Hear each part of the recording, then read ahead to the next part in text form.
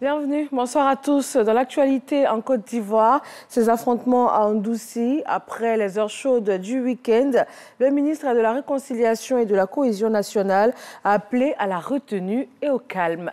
Amadou Ouattara. Relativement aux affrontements entre différents gangs qui ont perturbé la cohésion à Ndoussi, l'État y a renforcé la présence des forces de l'ordre. Elles ont pour mission de faire respecter le couvre-feu et maintenir la quiétude qui est de retour après un week-end malheureux. Mieux, le président de la République, Alassane Ouattara, a dépêché le ministre de la Réconciliation et de la Cohésion nationale afin d'apaiser les cœurs. La rencontre avec les communautés tenue à l'esplanade de la sous-préfecture de Ndoussi va permettre de comprendre les causes réelles du conflit. Selon le député de cette circonscription, c'est un conflit qui oppose des hommes de peu de foi, des propriétaires de fumoirs. Par la même occasion, Charles Niaoré révèle que les jeunes de la localité sont victimes de la consommation d'alcool frélaté et de la drogue. Face à la situation, le ministre Bertin Kouadio-Konon emploie le ton ferme. Mais pourquoi depuis un moment, 1, 2, 3, vous brûlez, vous cassez, vous tuez? Qui fait ça? Au nom de quoi?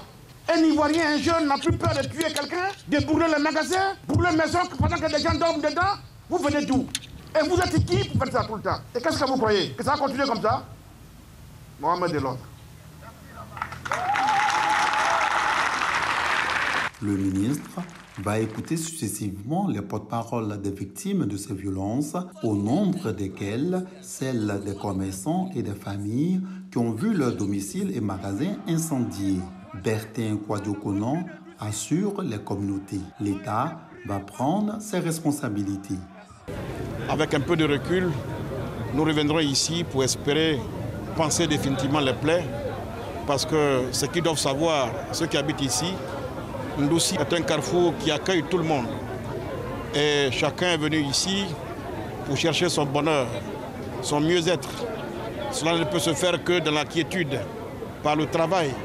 Donc il faut les inciter donc à entretenir des relations cordiales, de paix, de concorde, et que les gens se mettent au travail pour que le chef de l'État, son Excellence M. Alassane Ouattara, qui depuis un bon moment a montré quand même de bonnes dispositions d'esprit dans le sens d'amener son peuple à la paix.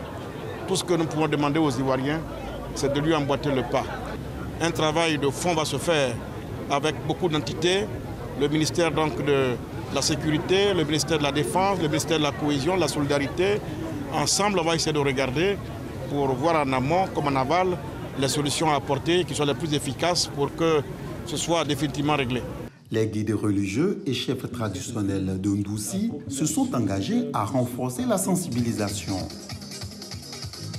Sécurité routière en Côte d'Ivoire, la police spéciale accentue les opérations visant donc à renforcer son dispositif de prévention contre de potentielles incivilités, tout en insistant sur la sensibilisation et la répression. Ces actions terrain se déroulent à travers le déploiement de son barrage intelligent sur les principaux axes accidentogènes, notamment la route de Grand Bassam. Dans l'enseignement supérieur, après la proclamation des résultats du baccalauréat, viennent les orientations.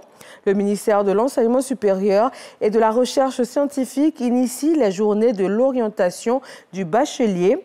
Cette 6e édition donne 3 jours à ces nouveaux bacheliers, élèves et étudiants pour rencontrer les professionnels, les formateurs, les responsables d'universités et grandes écoles publiques et privées également, afin de les aider à faire le bon choix de filière. Au Kenya, la contestation grandit après la victoire de William Ruto à l'élection présidentielle. Raila Odinga, battu au premier tour avec 48,85% des voix, rejette ces résultats qu'il qualifie de parodie. La Cour suprême a 14 jours pour se prononcer si elle est saisie dans la semaine. Dans le cas contraire, William Ruto prendra ses fonctions dans 2 semaines. Ce n'est pas la première fois que Raila Odinga entreprend des recours électoraux. Il en avait déjà déposé en 2013 et également en 2017. Dans le secteur pétrolier tchadien, le syndicat national menace d'entrer en grève d'ici la semaine prochaine. Il donne un préavis d'1 semaine au géant pétrolier chinois Chinese National Petroleum pour prendre en compte ses revendications. Au-delà, ce sont les entreprises à capitaux chinois implantées sur le sol tchadien qui sont visées. Le syndicat demande à l'entreprise chinoise de respecter ses engagements, notamment la prise en charge des frais médicaux de ses employés et un meilleur traitement salarial des employés tchadiens. Et puis la pluie qui cause la mort et la désolation au Soudan. Selon le Conseil national pour la défense civile, au moins une 50aine de personnes auraient trouvé la mort depuis mai dernier, avec plus de 8000 habitations détruites ou endommagées. Le bilan pourrait encore s'alourdir dans les prochaines semaines.